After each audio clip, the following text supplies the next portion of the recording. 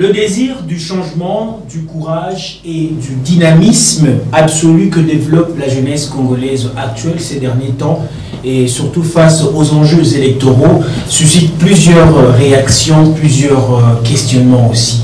Et face à ces questionnements, ou encore face à ces questionnements, une chose est certaine, l'apport de la jeunesse est la condition indispensable de tout progrès politique, civique ou même social. Face à ces constats, la seule question reste à savoir, est-ce que notre jeunesse comment notre jeunesse se comporte-t-elle face aux enjeux électoraux qui se pointent à l'horizon? C'est vrai, nous allons assister aux élections dans toute sa diversité. Mais est-ce que la jeunesse congolaise est prête pour cela? Eh bien, je pense que cette question mérite une réponse. Et la réponse, ça sera bel et bien répondu tout au long de cette émission, l'éditorial. Je rappelle que je reçois pour vous deux jeunes leaders. Il s'agit de Maître Shadrack Plis Kongoy, qui est coordonnateur numérique de l'Union Sacrée, et Monsieur Herman Siala, juriste des formations et analyste politique. Je pense que c'est avec eux que nous allons évoquer ces thématiques ou encore ces sujets développés tout au long de cette émission. Aujourd'hui, nous parlons de l'engagement civique et politique de la jeunesse congolaise face aux enjeux électoraux. Bienvenue à vous, chers téléspectateurs. Merci à vous de nous faire confiance.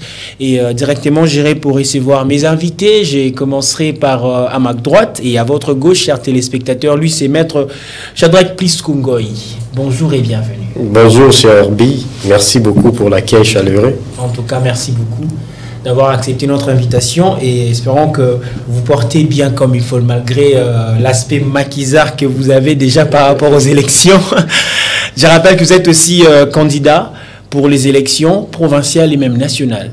Donc, on va vraiment réfléchir tout en long et en large par rapport à cette thématique. Et à ma gauche et à votre droite, chers téléspectateurs, lui, petit à petit, il commence à être parmi les nôtres. Quand je parle de nôtres, je vois sur le plateau de l'éditorial. Lui, c'est Monsieur Herman Siala, juriste de formation et analyste politique. Il est tellement pertinent, percutant dans ses propos et on peut aussi lui saluer. Bonjour, bienvenue. Bonjour, mon cher. En tout cas, je suis encore très content, bien habillé, comme toujours. Comme toujours. Alors, aujourd'hui, messieurs, nous parlons de l'engagement civique et politique de la jeunesse congolaise face aux enjeux électoraux. C'est vrai, nous remarquons qu'aujourd'hui, la jeunesse congolaise, comme je l'ai dit dans mon introduction, n'est plus une jeunesse qu'on doit dire marginalisée à 50%. C'est une jeunesse qui commence petit à petit à se réveiller, à voir et à vouloir changer les choses. Mais si on peut parler un peu d'une petite définition, Monsieur Herman, c'est quoi l'engagement civique et politique? Mon cher Herbie, comme vous venez de le dire, cette question est tellement pertinente parce que ça touche les couches même de la population congolaise. Parce qu'étant jeune, on est censé jouer un rôle important dans notre société. Et donc, dire ou encore parler de l'engagement civique et politique, cela renvoie à la participation à la vie politique et sociale. Et donc, chaque citoyen congolais est censé participer à toute activité, à tout acte politique dans la société, bien sûr. Et donc, l'engagement civique, l'engagement politique, je pense que c'est du bonnet blanc. C'est un peu similaire. C'est du contenu et du contenant. Mais est-ce qu'aujourd'hui, on peut dire que dans notre société, la population congolaise est-elle vraiment active sur le plan de l'engagement? Est-ce que la population congolaise s'engage comme il faut, d'une manière civique et politique? Mon cher, moi je dirais, si on peut considérer les avancées considérables, parce que déjà on voit, il y a des jeunes qui s'engagent, nous avons des bourgmestres jeunes, nous avons des députés jeunes qui sont au Parlement, on peut dire clairement qu'il y a des avancées. Mais en termes de bilan ou encore de quoi, je peux dire que c'est à 40%. Donc il faut encore, tout à fait, il faut encore pousser pour pouvoir accéder à ce niveau. Donc il y a des avancées considérables, mais rien n'est encore fait. On doit encore travailler sur cette question pour pouvoir s'engager activement dans la sphère politique, bien sûr. Et aussi civique. Maître Shadrack Plis-Kongoy, vous êtes aussi un leader d'opinion et vous encadrez aussi pas mal de jeunes. Comment est-ce que vous pouvez développer, encore expliquer ce concept, cette dualité des concepts, l'engagement civique et politique? Merci beaucoup, cher Herbie. Étant que porteur d'une phrase motivante, l'engagement civique et politique de la jeunesse conduit au changement radical d'une nation. Je dirais à ces mots, l'engagement civique n'est rien d'autre que la participation de la population à tout ce qui est lié au civisme. L'engagement politique est aussi la participation à tout ce qui est lié à la politique. Okay. Et aujourd'hui, les avancées sont vraiment significatives. Et nous les voyons, ces avancées sont effectives grâce au leadership d'une personne que je peux citer, le président de la République, Félix-Antoine Tshisekedi Tshilombo, que je salue. Pour moi, c'est lui le père, d'abord, du renouvellement de la classe politique et du rajeunissement de la classe politique. Aujourd'hui, la classe politique est rajeunie grâce aux efforts du président de la République, Félix-Antoine Tshisekedi. J'ai suivi mon co-débatteur qui disait tantôt, nous avons des bourgmestres jeunes, nous avons également des mandataires jeunes, nous avons des ministres jeunes. Et pour nous, nous espérons que la volonté qui est effective grâce au leadership du président de la République pourra nous amener à un renouvellement qualitatif de la classe politique. Donc je crois que lorsque je parle du renouvellement qualitatif, je fais allusion à un renouvellement qui ne se fera pas par la quantité, mais plutôt par la qualité des animateurs de la res publica après les élections.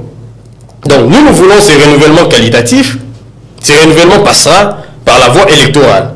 Et pendant ces renouvellements, s'il faudra anticiper déjà, nous voulons que la jeunesse congolaise soit réellement les acteurs à ces renouvellements qui sera un renouvellement historique. Je pense que c'est dans ces mots que je peux d'abord citer. Mais est-ce qu'il y a-t-il une nuance ou corrélation entre, qui existe entre les deux concepts par rapport aux enjeux électoraux, l'engagement civique et politique? Y a quelque chose qui les lie, par exemple? Bien évidemment, il y a la corrélation lorsqu'on parle de l'engagement civique et l'engagement politique. Donc pour moi, ce sont des concepts qui marchent de pair, des concepts qui sont, permettez-moi le mot, jumellistiques en quelque sorte. Donc nous avons l'engagement civique, nous avons l'engagement politique. On ne peut pas parler de l'engagement politique sans parler de l'engagement civique. Parce que si nous voulons changer les choses, si nous voulons que les pays changent, nous devons avoir des bons citoyens qui seront engagés aussi politiquement. En parlant un peu de la citoyenneté, aujourd'hui nous remarquons ces fameux concepts de la nouvelle citoyenneté. Est-ce que le Congolais, la jeunesse congolaise, est-elle renouvelée d'une manière citoyenne, si je peux me permettre de le dire ainsi? Parce que vous avez dit tantôt qu'il y a une corrélation ou une nuance entre l'engagement civique et politique. Est-ce que la jeunesse congolaise actuelle est-elle civiquement civilisée ou a une bonne civilisation? Bien évidemment, les avancées sont vraiment significatives. S'il faudra faire un rétropédalage, les années antérieures, c'était tellement compliqué de voir le jeune que nous sommes, d'avoir des notions de civisme. Et aujourd'hui, nous avons des jeunes qui sont engagés, qui portent haut et fort les combats du renouvellement, mais les combats aussi de la nouvelle citoyenneté. Bien sûr, c'est un combat qui n'est pas si facile, mais pour moi, je pense que les avancées sont significatives, palpables même. En parlant un peu de cette histoire de l'engagement citoyen, actuellement, nous remarquons la manière dont la jeunesse se comporte. Ce n'est pas une manière qui est vraiment appréciable. Vous allez voir un jeune qui prend, qui boit de l'alcool, qui jette, ceux-là qui jettent même des bouteilles par terre, mais est-ce que ça aussi, ça peut fragiliser notre force étant jeune par rapport aux enjeux électoraux? Parce que récemment, dans l'autre mission, vous nous aviez dit ici sur ce plateau que la jeunesse congolaise, c'est l'enthousiasme, et c'est tout ce que vous avez cité. Est-ce que ça peut fragiliser la jeunesse face aux enjeux électoraux? Cette manière de réfléchir. Tout à fait, mon cher Arbi. Je vais commencer par les commencements. Quand on parle de l'engagement civique et politique, ça, je voulais paraphraser la pensée d'un auteur, c'est un écrivain congolais, monsieur Ngoma Binda, qui avait dit dans son ouvrage que la toute première revendication démocratique que chaque citoyen doit faire, c'est d'abord de participer plus ou moins actif dans toute activité politique, dans tout acte politique. C'est pour quelle finalité? Pour d'abord avoir la transparence, de la bonne gestion, de la bonne gouvernance et pourquoi pas poursuivre les progrès de la nation. Et donc, l'engagement civique aujourd'hui, ce qu'on parle, a une importance primordiale, a une importance capitale. Et donc, dire, si je reviens à votre question, de la fragilisation, si on peut parler de la fragilisation, parce que quand tu as parlé, tu as cité un exemple, c'est un exemple des antivaleurs. Le fait de jeter une bouteille, de toutes ces... En fait, ce sont des antivaleurs. Oui, les antivaleurs fragilisent cette question de l'engagement civique. Parce que quand on dit, c'est étymologiquement, kiwis à latin, ça signifie citoyen d'un pays. C'est un national. Donc, un individu qui a les droits et les devoirs vis-à-vis de son État.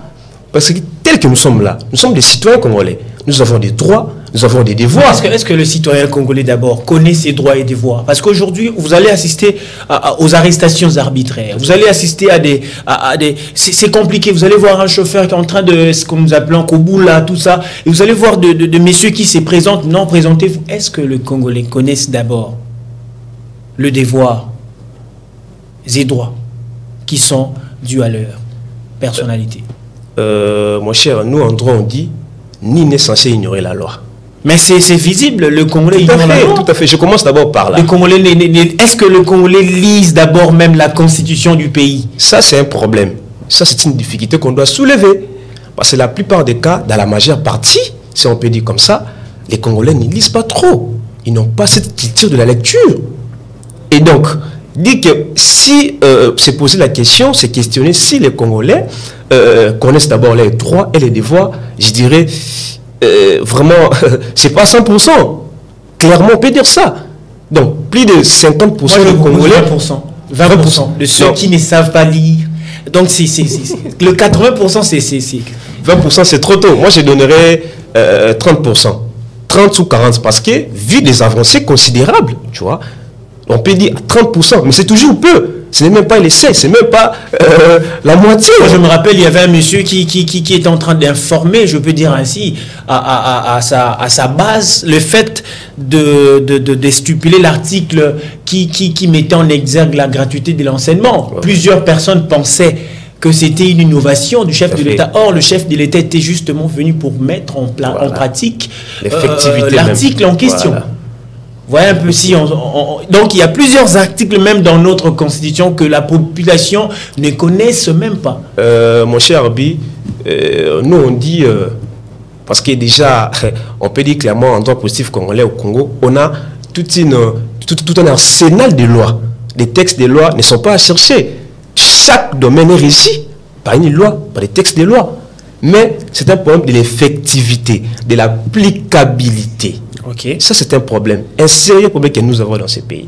Et si je vais revenir sur le droit que chaque citoyen doit avoir, là, je parle des droits subjectifs, des prérogatives, des facultés reconnues à chacun d'individu, à chaque citoyen. J'aimerais un peu que tu réfléchis ensemble un peu à moi Lingala, parce que je rappelle, il y a même une personne qui nous a écrit déjà en disant faites un peu le Lingala, ça sera un peu beau. Ouais. Je salue, c'est Dieu donné musique à Luzala. Alors, Lélo, je disais tantôt, tout le monde a pas élection, les enjeux électoraux, ils allaient s'est pointé à l'horizon. Tout à fait.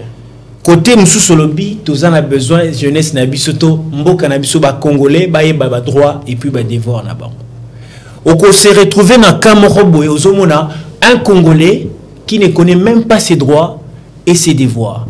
Déjà, le fait de voter, n'est-ce pas, c'est un devoir pour une personne étant Congolais. Tant que si nous avons une élection, nous avons une réaction à papa. Un déjà, et nous avons une carte d'électeur Yamabe. Deuxièmement, au PCNAI, au Yé, au lobby, n'a pas voté tout ça, n'a pas besoin qu'on a un allié. Yebisangai, Moto Andengwana.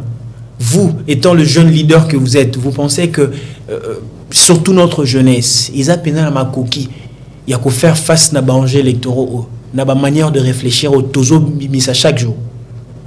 Je voudrais que nous soyons un peu en lingala. Ndeko Herbi, ceux qui, ceux qui la population, va faire face à l'enjeu électoraux, clairement, Mikakata Nozali. Ça, faut pas oublier. Mikakata Nozali, dans le point belé, dans le domaine belé, à tout petit domaine, il y a c'est un problème. Mikakata Nozali, belé, il y comment est-ce que Boni Baroeba jeu électoraux dans le vote, quoi, les élections, le fait d'élire des représentants et tout. Puisque nous avons des difficultés, d'abord, il y a ignorance, il y a droité, puis deuxième, il y a anti-valeur et tout. Et nous, en tant que jeunes, moi, en tant que jeune leader, c'est un devoir, ou voire même une obligation, tu vois, que vis-à-vis de la population ignorant, jeunes ignorant, qu'on faire comprendre parce que déjà l'une des formes d'un engagement civique et politique, c'est l'effet de voter. Quand on est devant les urnes, les suffrages, quand on vote, c'est déjà un des engagements civiques. Ça, il ne faut pas oublier. Voyez-vous. Et donc, moi, je pense que nous, en tant que jeunes leaders, il faut que ça, on dit ça comme ça. Donner des réponses. Voilà. On peut savoir la réponse. Voilà. La population, qu'on faire comprendre qu'on faire comprendre qu'ils doivent s'engager, parce que l'une des définitions, c'est donné par un auteur, je pense que c'est un écrivain français, Guy Rocher, qui avait dit l'engagement civique, c'est aussi le fait où la communauté sert ensemble. Tu vois, il y a cette union des gouvernés et des gouvernants, des dirigés et des dirigeants. Est-ce que Maître Shadrach, en se référant un peu à cette pensée, est-ce qu'il y a de l'union? L'union en lingala, Bosangani. Est-ce que Bosangani ezali penza entre ba gouverner, na ba gouvernant, na katambo cannabis, na société nabiso? Je pense que s'il faut kolobela makambo et sangisaka en quelque sorte ba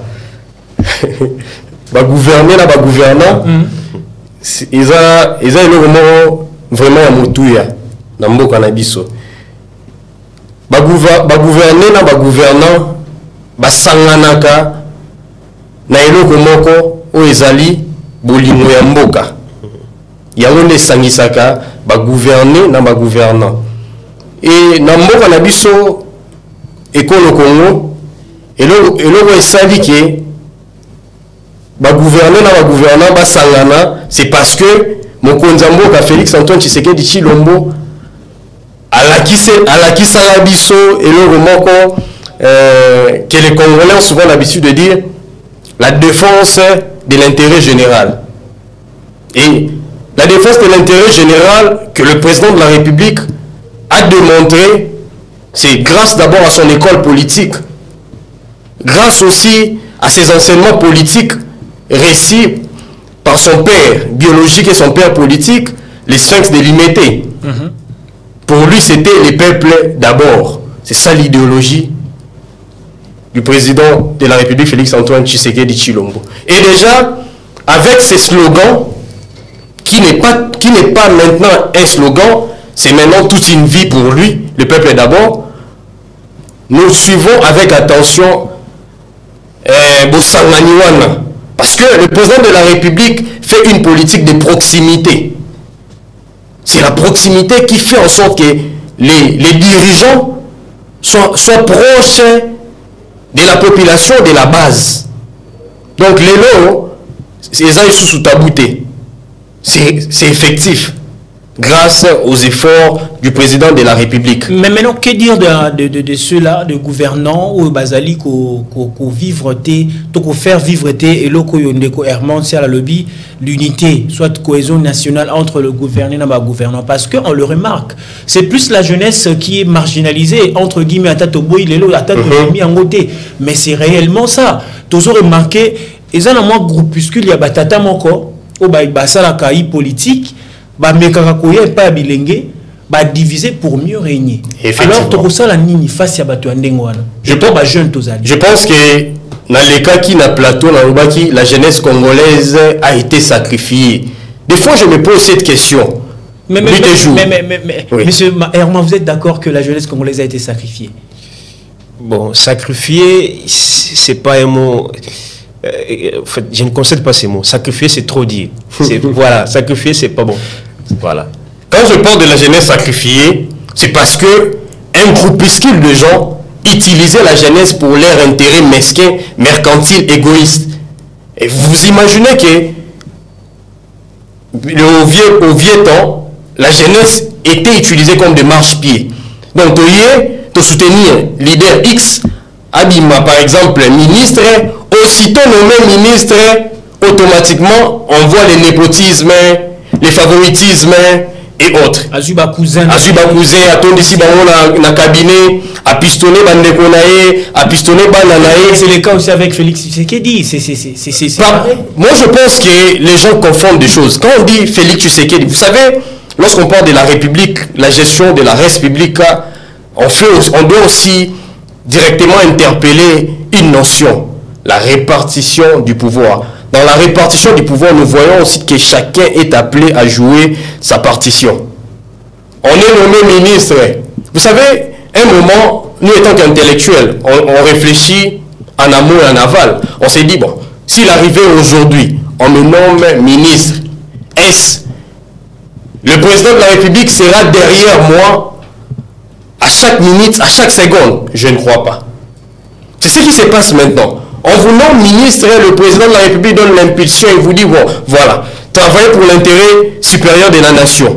Point barre. Et le reste, c'est la conscience.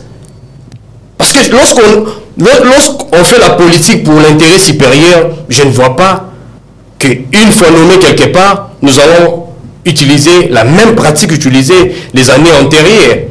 Aujourd'hui, avec Félix Tshisekedi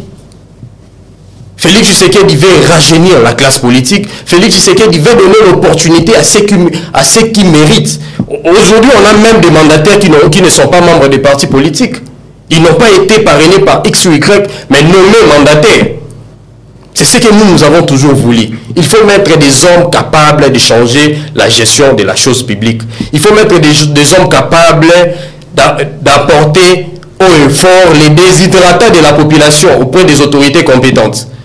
Donc je crois que dire que Félix Tshisekedi continue avec les pratiques malsaines, je dirais que c'est faux. Avec Félix Tshisekedi, c'est la rupture. Avec Félix Tshisekedi, c'est les changements. Avec Félix Antoine Tshisekedi Tshilombo, c'est le renouvellement qualitatif de la classe politique qui passera par la voie électorale.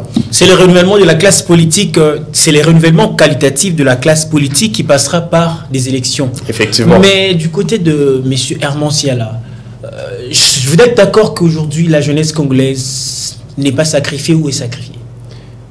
Mon cher Abi. Sacrifiée par l'ancien régime. Et ça continue jusqu'à aujourd'hui. Quand j'ai réfuté les verbes sacrifier, c'est avec raison. Je m'explique. Je ne vais pas concéder, accepter que moi, personnellement, que je sois sacrifié par un régime, quelque chose. Je peux dire, je peux concéder, instrumenter ou manipuler. Oui, ça, je suis d'accord. Tu vois ça? Manipuler, instrumentaliser, je suis d'accord. Mais sacrifier, non. Et pour rebondir sur les propos de mon co-débatteur, je ne suis pas ici pour défendre un camp ou le président ou tout. Je ne suis pas là pour ça. Je suis là pour analyser les choses. Et déjà, je vais me convenir avec ce que a dit mon camarade, c'est qu'il y a des avancées considérables, surtout avec la présence du président qui est en place, M. Félix Tshisekedi. Donc on peut dire clairement qu'il y a des avancées avec lui, parce qu'il a quand même cette volonté de pouvoir changer les choses, de pouvoir apporter des innovations à cette nation.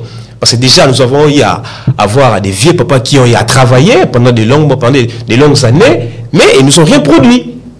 Surtout en ce qui concerne la jeunesse. Parce que la jeunesse, c'est l'âge du possible. N'oubliez pas, j'avais dit ça. La jeunesse, c'est le temps des accélérations. La jeunesse, c'est le temps qui est devant soi, comme disait le célèbre auteur français, Jean-François. Et donc, cette jeunesse a besoin des autorités qui travaillent, voyez-vous, qui œuvrent pour la remontée, pour l'ascension de cette jeunesse.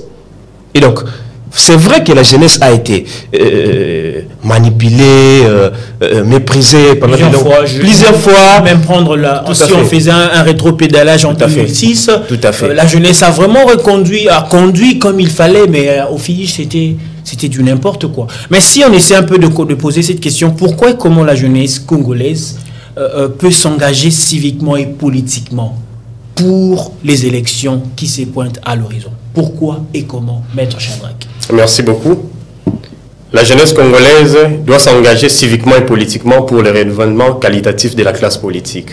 Et cela passera d'abord par la prise de conscience collective. La jeunesse doit prendre conscience. C'est dire que non, nous ne voulons plus être des marche-pieds.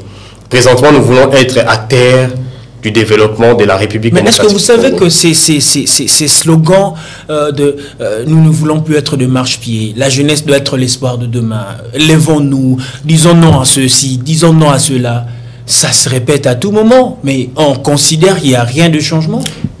Je pense que si ça se répète en tout moment, c'était dans le passé. Aujourd'hui, la jeunesse doit saisir l'opportunité. Nous avons un modèle. Permettez-moi, parce que c'est un modèle pour moi qui suis politique.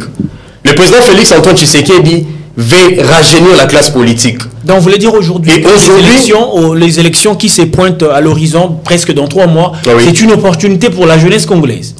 Dire que c'est une opportunité, je peux dire oui et je peux aussi dire non. C'est une opportunité comment? Pour les jeunes qui se préparent en conséquence. Ce n'est pas une opportunité pour les jeunes qui attendent, qui pensent que non, je connais XY à la CENI, il sera nommé. Parce que sous Félix Tshisekedi, je crois que les élections seront des élections crédibles, apaisées, transparentes. Les jeunes qui se préparent, les jeunes leaders qui prennent au sérieux les combats politiques, je pense que c'est une opportunité pour eux. Et les jeunes engagés politiquement, bien évidemment, c'est une opportunité. On ne peut pas parler du renouvellement de la classe politique sans pour autant parler de l'engagement politique. Parce que pour accéder au pouvoir, nous devons s'intéresser de la politique. Si on ne s'intéresse pas de la politique, comment on peut accéder au pouvoir? Mais une jeunesse qui s'est dit, bon, écoutez, en 2006, nous avions eu à donner les pouvoirs, nous avions eu à accompagner M. X au pouvoir, et du coup, on n'a pas pu se retrouver dans le partage du gâteau. On revient encore en 2018, c'est la même chose. Bientôt là, nous allons encore assister aux élections. Mais vous allez entendre des jeunes qui disent, mais écoutez, Maramba politique, on est allé biseauter. Comment expliquer cela? Une jeunesse qui en a marre de faire la politique. Un adage dit, si tu ne t'occupes pas de la politique s'occupera de toi. Et la jeunesse congolaise doit s'occuper de la politique, doit s'intéresser de la politique. Les jeunes qui ont des ambitions politiques doivent s'engager activement dans la politique. Les jeunes, parce que, bon, j'ai souvent l'habitude de le dire, les changements, ou soit la réussite, n'est pas seulement dans la politique. Nous devons aimer ce que nous faisons. Mais lorsqu'on est aspiré, parce que la politique est une vocation, la politique est une vocation. Lorsqu'on est aspiré à faire la politique, on doit le faire avec passion, on doit le faire avec amour du pays. Et on doit le faire pour changer les choses surtout, pour apporter une pierre à l'édifice.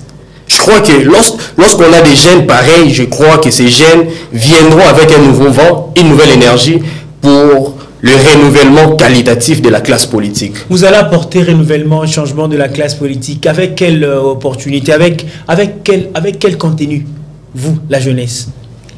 D'abord, pour arriver à cette question, je voulais répondre, c'est la même question. Comment et pourquoi l'engagement civique et politique? Déjà, il faudrait ici recadrer les choses et pourquoi pas recentrer les choses.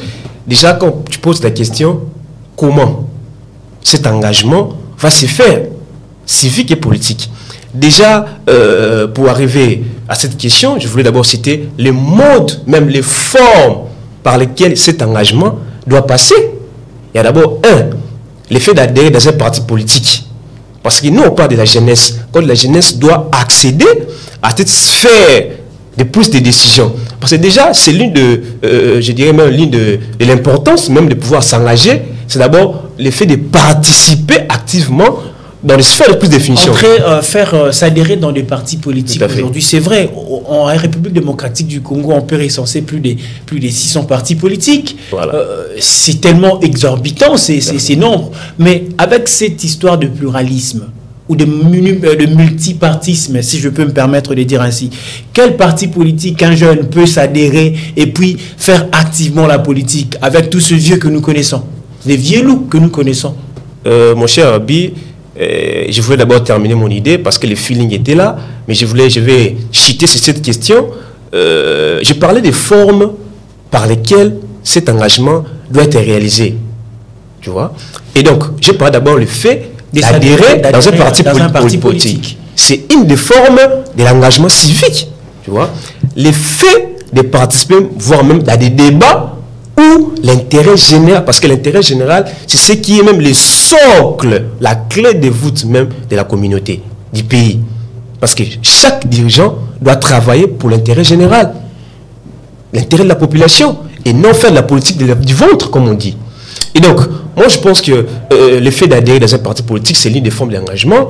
Le fait de participer même dans des débats où l'intérêt général du pays est mis en moule ou encore est mis en débat.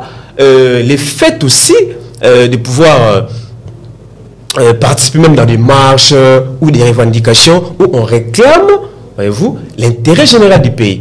Et donc, c'est la question, pourquoi cet engagement civique? Je répondrai en disant ceci, que cet engagement, ça facilite même la transparence. J'avais dit ça en amont, tout en illustrant la pensée de Ngoma Binda, qui est un auteur congolais, qui avait dit que la toute première revendication démocratique que chaque citoyen doit poser, c'est d'abord de participer dans tout acte politique. Pourquoi? Pour la transparence de la bonne gestion, pour la transparence de la bonne gouvernance. Et pour quel but? Pour la poursuite du progrès de la nation ou du pays. Et donc, moi je pense que cet engagement, c'est aussi une des formes que chaque citoyen doit utiliser pour contrôler. Et donc, l'engagement civique, voilà une autre définition. L'engagement civique et politique, c'est un contrôle que doit exercer chaque citoyen, chaque dirigeant vis-à-vis des dirigeants. Tu vois ça? Et donc, sur votre question, vous avez dit... Le multipartisme, comment vous avez dit que l'engagement civique doit aussi passer par le fait que la population ou les citoyens puissent s'adhérer dans des partis politiques. Mais quel parti politique s'adhérer? Parce qu'aujourd'hui, on assiste à plus de 600 partis politiques. C'est énorme. C'est énorme, mon cher. Ça, il faut le dire clairement. Qu'aujourd'hui, c'est vrai que nous sommes dans la démocratie. Parce que la démocratie, déjà, quand on parle de l'état des droits, c'est aussi ça, une autre définition de l'état des droits. Parce que ce n'est pas seulement le constitutionnalisme, ce n'est pas seulement la séparation des pouvoirs, ce n'est pas seulement le respect de nos libertés fondamentales, mais surtout, c'est cette démocratie qui est le pouvoir du peuple par le peuple pour le peuple. Et donc, le multipartisme fait partie de la démocratie. C'est le régime actuel que nous avons. Mais à la question de savoir si c'est bon ou mauvais, cet multipartisme, et je dirais, la quantité, bon, moi je vais m'appeler sur la qualité. On peut avoir plus de 100 ou 400 partis politiques, mais ce qui est important, c'est avoir des jeunes consciencieux, c'est avoir des personnes qui sont à la tête de ces partis, qui travaillent pour d'abord, parce que déjà par la définition, un parti politique, c'est l'effet de chercher le pouvoir, la conquête des pouvoirs, voyez-vous, et de l'exercer, voyez-vous. Et donc, les partis politiques aujourd'hui, puisque nous avons toute une multitude de partis politiques, je ne dirais pas, il y a plus un but lucratif, on cherche plus, on poursuit plus les gains et non l'intérêt général du pays. Et donc moi je pense que c'est multipartisme, la plupart des cas, il n'y a pas de choses sérieuses là-bas. Et ça, on sacrifie la jeunesse par le multipartisme, n'est-ce pas? En fait, je réfute le mot sacrifier. Je préfère manipuler. Et vraiment, je reste serein sur ça. Donc, la jeunesse est manipulée par des partis politiques et tout. Mais avec la conscience, la prise de conscience, comme disait mon co-débatteur, on peut changer les choses. Avec la prise de conscience, on peut encore remonter les temps. On peut remonter, voire même la pendule à l'heure. Ok. Donc, moi, je pense que cette question de la jeunesse qui doit avoir cette conscience, cette prise de conscience pour pouvoir affronter les enjeux électoraux, voyez-vous, les votes qui se pointent à l'horizon. Et donc, les choix judicieux des gens qui doivent nous diriger, doit être la quintessence ou encore la substance qui doit résonner dans les forts intérieurs de chaque citoyen congolais. Voilà. Dans son ouvrage « L'expérience politique de jeunes », Anne Muxel dit que, contrairement à une idée répandue, les jeunes ne sont pas dépolitisés, ils entretiennent un rapport différent à la politique, fait à la fois d'attachement aux valeurs familiales et de renouvellement. Maître Shadrack Plis-Kongoy, comment voyez-vous le rapport de jeunes à la politique? Ça se passe comment?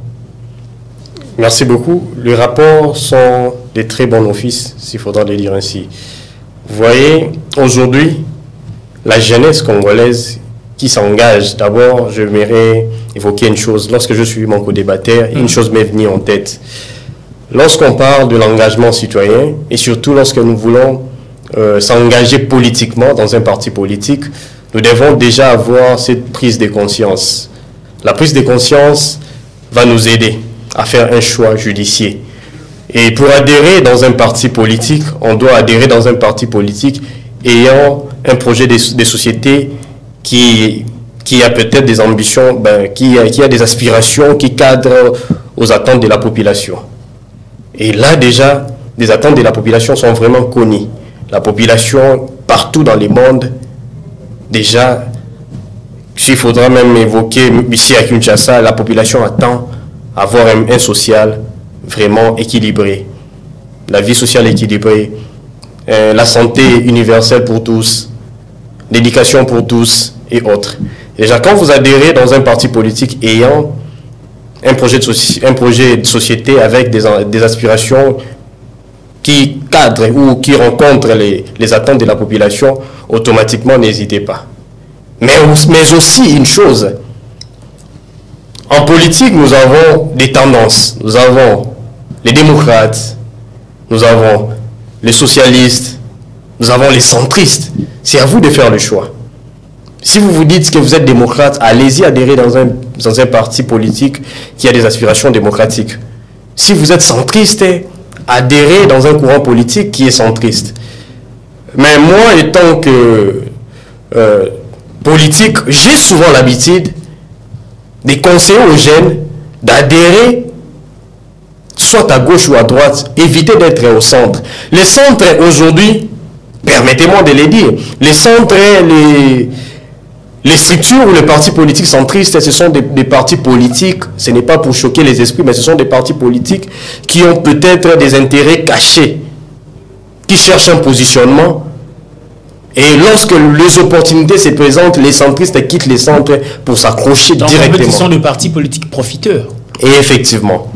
Et aujourd'hui, nous jeunes Congolais, après avoir suivi le parcours politique de nos vieux, on s'est dit, on ne peut pas s'engager politiquement parce que on est venu nous solliciter de l'argent, parce que un oncle m'a poussé de faire la politique dans son parti politique. Nous autres, on n'a pas voulu faire ce choix. Nous avons eu à avoir des oncles ministres dans ces pays, des oncles conseillers du président de la République dans ces pays. Mais à l'époque, nous étions à l'opposition. Nous avons fait l'opposition, nous avons refusé parce qu'on avait une vision. Et cette vision, c'était d'accompagner l'idéologie que nous avons toujours défendue. L'idéologie est simple, l'intérêt supérieur de la nation doit primer. Et cet intérêt supérieur doit être vraiment un mode de vie pour les jeunes leaders que nous sommes. S'il faudrait revenir à la question posée, les rapports de jeunes à la politique, je le disais tantôt, les rapports sont de bon office. Parce que la jeunesse congolaise aujourd'hui, lorsqu'ils s'engagent, je sens que les jeunes s'engagent pour l'intérêt supérieur de la nation. Les jeunes ne veulent plus faire la politique comme se faisait dans l'état passé, avec des ambitions démesurées. Aujourd'hui, nous avons plusieurs jeunes qui sont candidats aux élections législatives nationales de décembre. Et avant, c'était, on adhère dans un parti politique pour soutenir un vieux. Et ces vieux, une fois qu'il arrive, là où il devait arriver, il nous oublie. C'est comme ça que, quand j'ai réfléchi, j'examine la situation politique, les avancées politiques, j'ai souvent des larmes aux yeux. Je dis qu'aujourd'hui, l'histoire retiendra que sous le leadership de l'actuel président de la République, la jeunesse devient autonome. La jeunesse peut se lever un beau matin, dire que, vu mes ambitions politiques, je pense que je dois être candidat aux élections. Vu mes ambitions politiques, je pense que dans mon parti politique, je peux aller déposer mon dossier pour être nommé quelque part. Cette compétition fait en sorte que la jeunesse aujourd'hui puisse se dire que oui, nous sommes l'avenir de ces pays. Et pour moi, je dis, comme dit mon mentor politique, l'excellence Claude Ibalanki, l'ambassadeur étudiant du chef de l'État, qui a souvent l'habitude de dire les réveils, c'est maintenant. Et nous, jeunes, nous devons normalement se réveiller maintenant et dire non à la manipulation politicienne.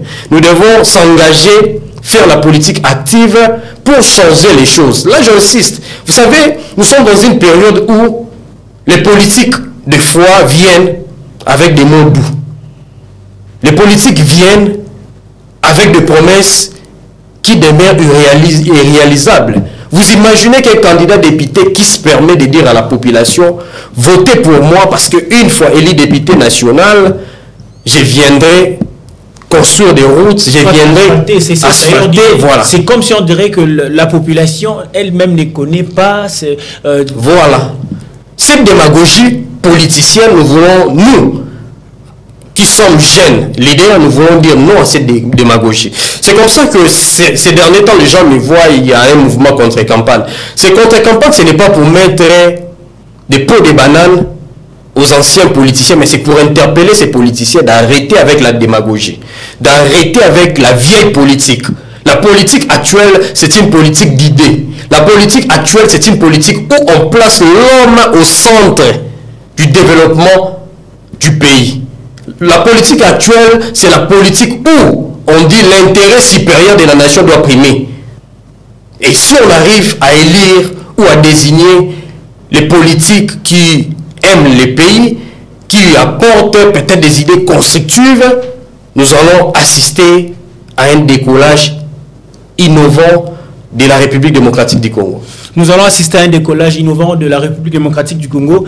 L'engagement civique et politique de la jeunesse congolaise actuellement, est-ce qu'on peut parler d'un héritage ou question de renouveler la classe politique? Mon cher Arbi, engagement civique et politique aujourd'hui, si on peut parler d'un héritage ou encore de renouvellement, je serais bipartite. En fait, je vais aborder cette question en répondant en deux aspects. Okay. Un héritage, oui, je suis d'accord que c'est un héritage. Parce qu'aujourd'hui, nous sommes des jeunes. C'est nous qui allons diriger demain. Donc la classe dirigeante de demain, c'est nous. Mais vous l'avez hérité chez qui? Ou pas? Chez qui? Qui sont ceux-là qui vous ont légué quand même cet héritage que vous êtes en train de dire aujourd'hui que si vous voulez vous engager civiquement, politiquement, c'est quelque chose que vous avez pris? Tout à fait. Écoutez, mon cher, je pense que cette question à l'émission passée, on avait abordé la question des repères. Est-ce que les jeunes Congolais aujourd'hui ont des repères? Je pense que c'est un peu similaire. Parce que nous, on a eu à voir des autorités, des présidents qui sont passés, Joseph Kasavubu, Mobutu, Kabila et tout. Mais est-ce qu'aujourd'hui la jeunesse congolaise a des repères? Est-ce que la jeunesse congolaise peut s'inspirer de ces personnalités-là? Je pense que cette question est un peu similaire à ça. Parce que si on a des repères, alors on peut parler maintenant d'un héritage. Tu vois ça? N'oubliez pas, être un héritier, c'est quelqu'un qui vient à la succession. C'est quelqu'un qui succède. Tu vois? Il vient prendre des biens, soit matériels, quelque chose comme ça, laissé par une personne.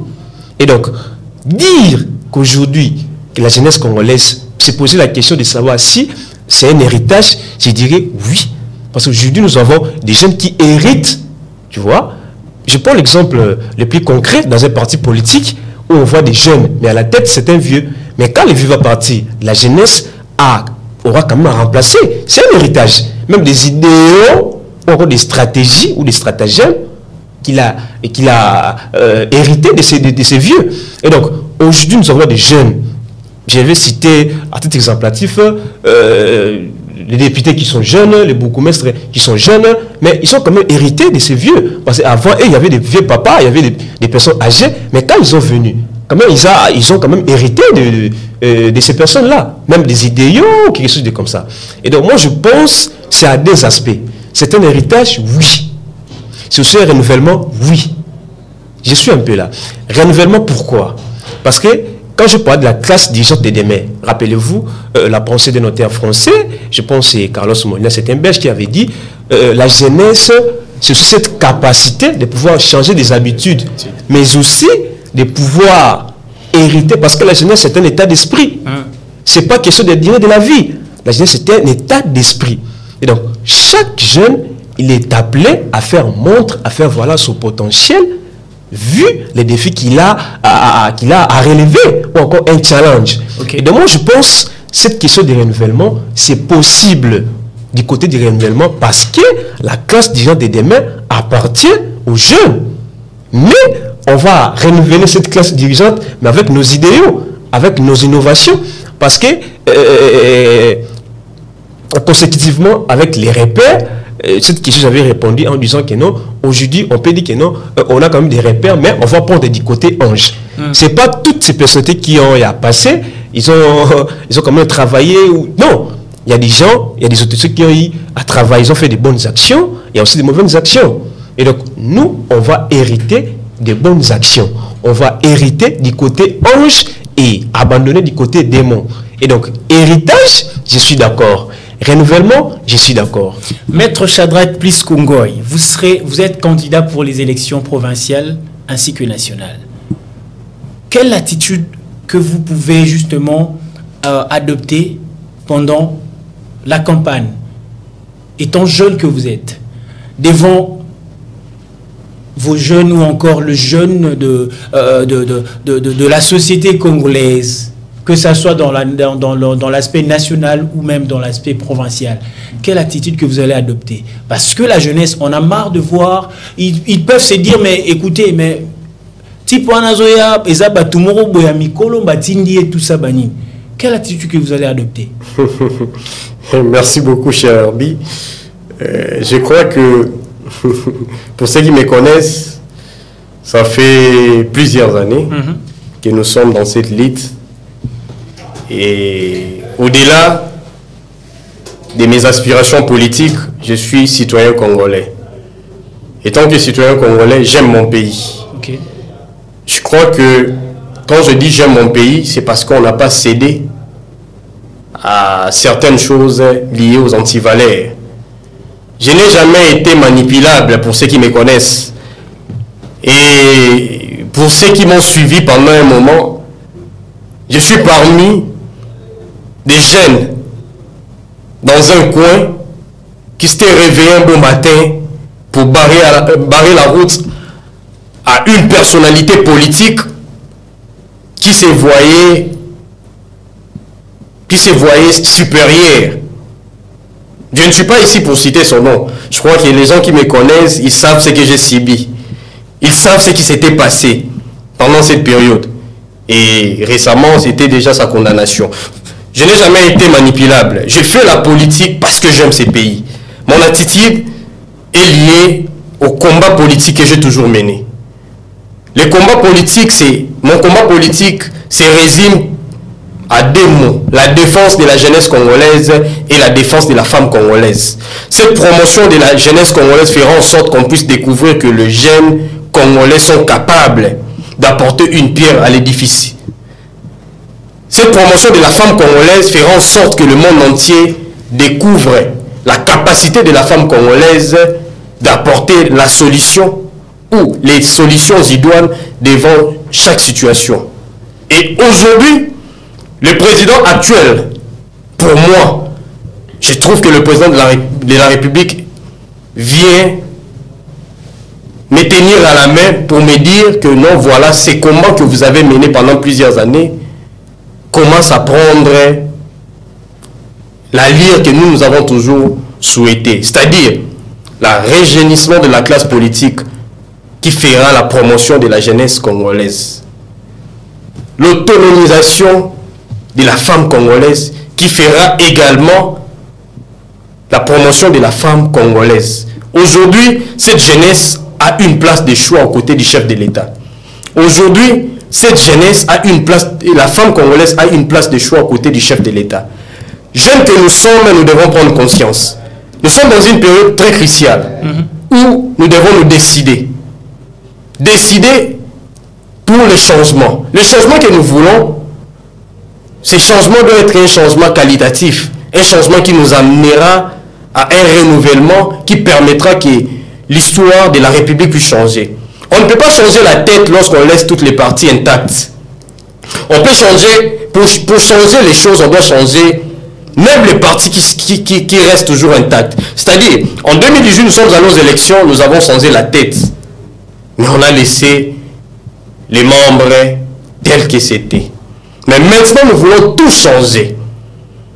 Bien sûr, nous, notre candidat, ça je ne cesse de le dire, là je parle en tant que coordonnateur des communicateurs numériques de l'Union Sacrée de la Nation. Notre candidat, c'est le président Félix-Antoine Tshisekedi Tshilombo. Mais au niveau des élections législatives, nous, on n'est pas là pour imposer qui que ce soit. Je demande à la population de la Funa qui me suit de voter utile. Voter utile veut dire voter, élire la personne compétente, la personne capable de porter haut et fort les déshydratats de la population. Je ne suis pas député, je ne suis pas ministre, mais la lutte que je mène nuit et jour, c'est cette lutte qui va nous aider, qui va nous distinguer parmi tous ces gens qui sont considérés comme les vieux poids lourds. Permettez-moi d'informer... Justement, rapidement, parce que... Permettez-moi d'informer le VPM de l'intérieur par rapport à une situation catastrophique. La commune de Makala, que nous avons toujours défendue, cette commune est toujours menacée par la tracasserie policière. Cher VPM de l'intérieur, nous avons déposé un mémo qui chôme sur votre table. Monsieur le général Blaise, nous étions récemment à l'Ipékin pour vous dire que la population de Makala vit dans des conditions inacceptables. L'insécurité bat son plein.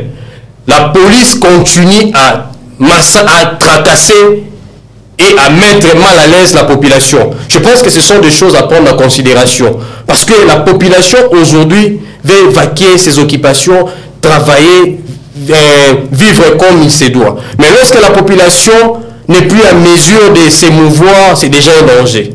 C'est ainsi que j'interpelle au commissaire provincial de la police de prendre notre interpellation en considération et de trouver des solutions. Merci beaucoup, Maître Shadrack Plis-Kongoy. Et nous saluons aussi le président du conseil communal de la jeunesse de Makala, le président Joseph Olongo, un grand homme rempli de beaucoup de leadership. Et je pense qu'il sera avec nous prochainement. Et messieurs Hermanciala, si, étant analyste que vous êtes, vous regardez la caméra, qu'est-ce que vous direz? Je pense que vous êtes là pour faire des analyses. Okay.